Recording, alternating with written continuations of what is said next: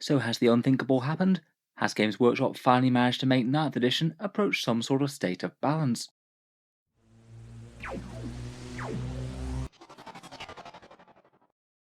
Hello and welcome back to Auspex Tactics, where today we're talking game balance in Warhammer 40K, and how with the recent updates, I'd argue that Games Workshop have been doing quite well, and the game's approaching a bit more of a sense of equilibrium than it has been for a very long time. As I'm sure anyone who's been in any way following the competitive scene will be aware, it has been a bit of a rocky road throughout 8th and 9th edition for being able to pick two armies at random and come out with a game that's sort of winnable on both sides. 8th edition certainly had its ups and downs, but had some fairly consistent issues most of the way along. The early edition and indexes were a bit of a wild west, lots of really random lists that didn't make a lot of sense with weird combinations of super armies, plus strange things that were spam of one incredibly niche unit, things like Malefic Lords or those Razorwing flocks.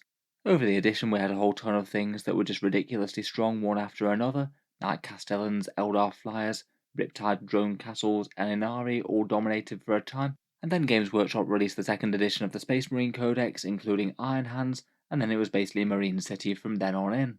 I'd say in 8th edition maybe some of the better times for gameplay came before the Marine Codex dropped. Quite a few factions had some decent chance then. Up until now in 9th edition, I can't really say that things have been much better. 9th edition just seems to have been issue after issue, despite even more frequent balance changes and points updates. There's been a remarkably consistent codex power creep, which meant that as they addressed the issues from previous codexes, they just released something that was even stronger to make that the new best thing.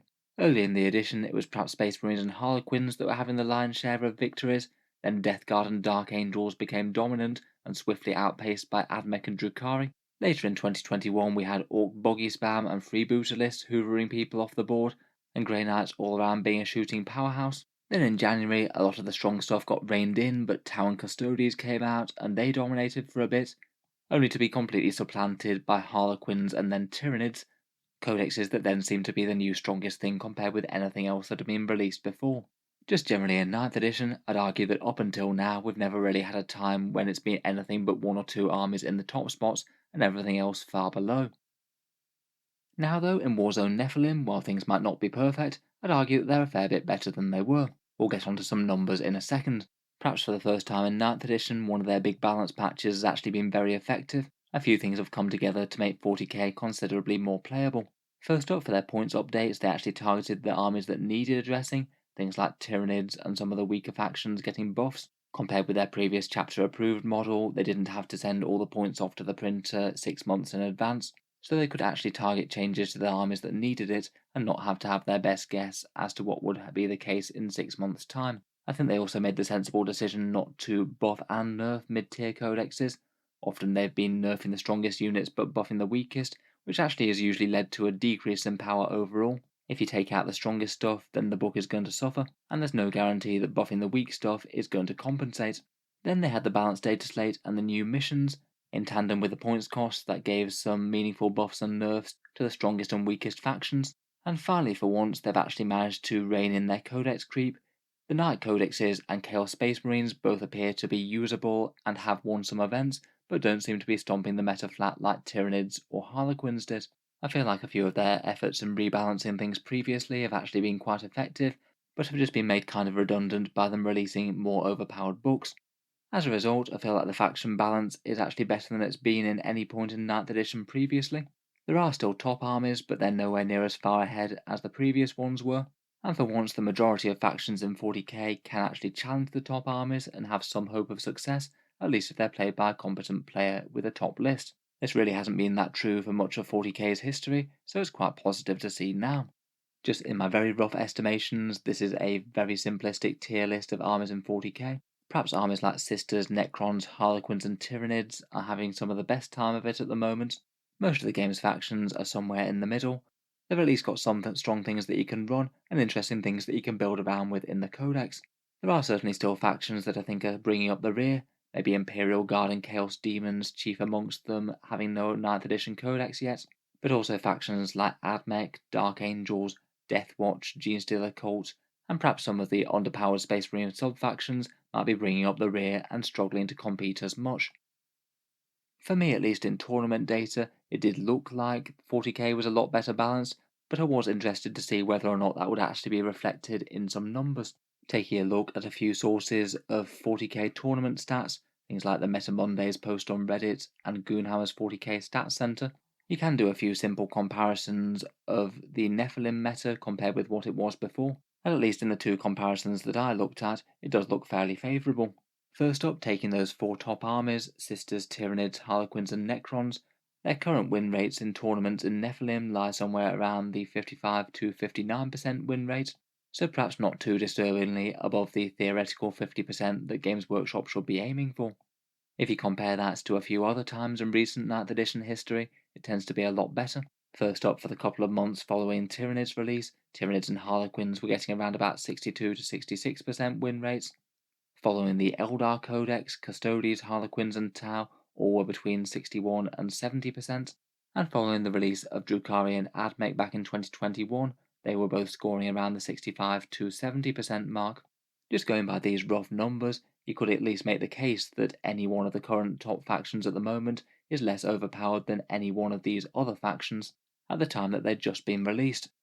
Another simple way that I thought might be a good rule of thumb measure of balance might be the number of armies with a win rate between 45 and 55%. I think you could argue that the more armies in that bracket, the better balanced the game is. So far in Nephilim games, it's around about 12 to 14 out of the 25 major factions, so perhaps very slightly above half.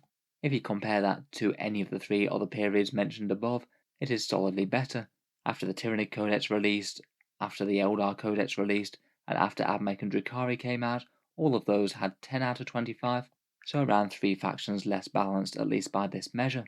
It's kind of hard to objectively say just how balanced a game like 40k should be. Obviously, the closer to 50% win rates and equal chance of winning tournaments and things, the better. Though with a game as complex as 40k and armies adapting to each other, realistically you're never going to reach perfection. Still though, at least compared with various other times in 9th edition, they don't seem to be doing too bad at the moment. Still though, it's certainly not to say that there aren't areas for improvement and things that Games Workshop could do to put more of the armies on an even playing field. To try and get everyone on a similar footing, generally the best idea is to tone down the best factions and make the worst ones stronger, though often each of the armies really needs its own way of addressing them. If GW were to tone down the stronger armies at some point, maybe they might do another small balance pass mid-season for Nephilim. I feel like armies like Sisters, Necrons, Tyranids and Harlequins are going to be in the crosshairs for more nerfs. I'd say for Sisters and Necrons in particular, their secondary objectives give them a big advantage in tournament games at least.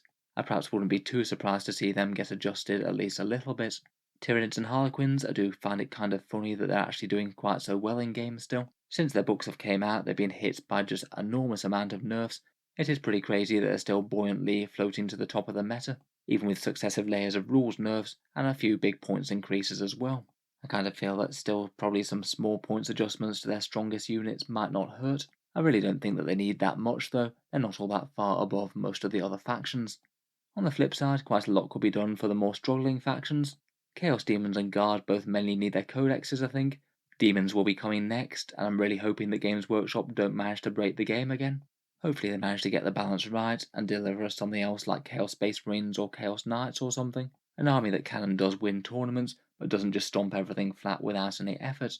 For Guard, they're also very much awaiting their codex, but otherwise a few points drops to other things other than Rosses and stuff wouldn't hurt in the meantime. I feel like there's a fair few other vehicles in their motor pool that wouldn't hurt going down a little. For Space Marines, certain chapters like Imperial Fist and Raven Guard have really had a rough time of it so far. Some rules changes or tweaks certainly wouldn't hurt in the meantime, though they are rumoured to be getting replaced in a Space Marine Codex update in early 2023. Otherwise, Admech I think needs something to help out things that aren't Ruststalkers, Ironstriders or Skitarii troops. Genestealer Cult I think either need to be cheaper or more dangerous, they just don't really quite hit hard enough for their incredible fragility, and they also do have some fairly awful secondary objectives even if they're quite good at playing the book ones. Finally, I feel like Orcs are probably on the lower end of the mid-tier factions. They do have some okay builds perhaps, but still have loads and loads of units that could use points cuts and it wouldn't hurt too much.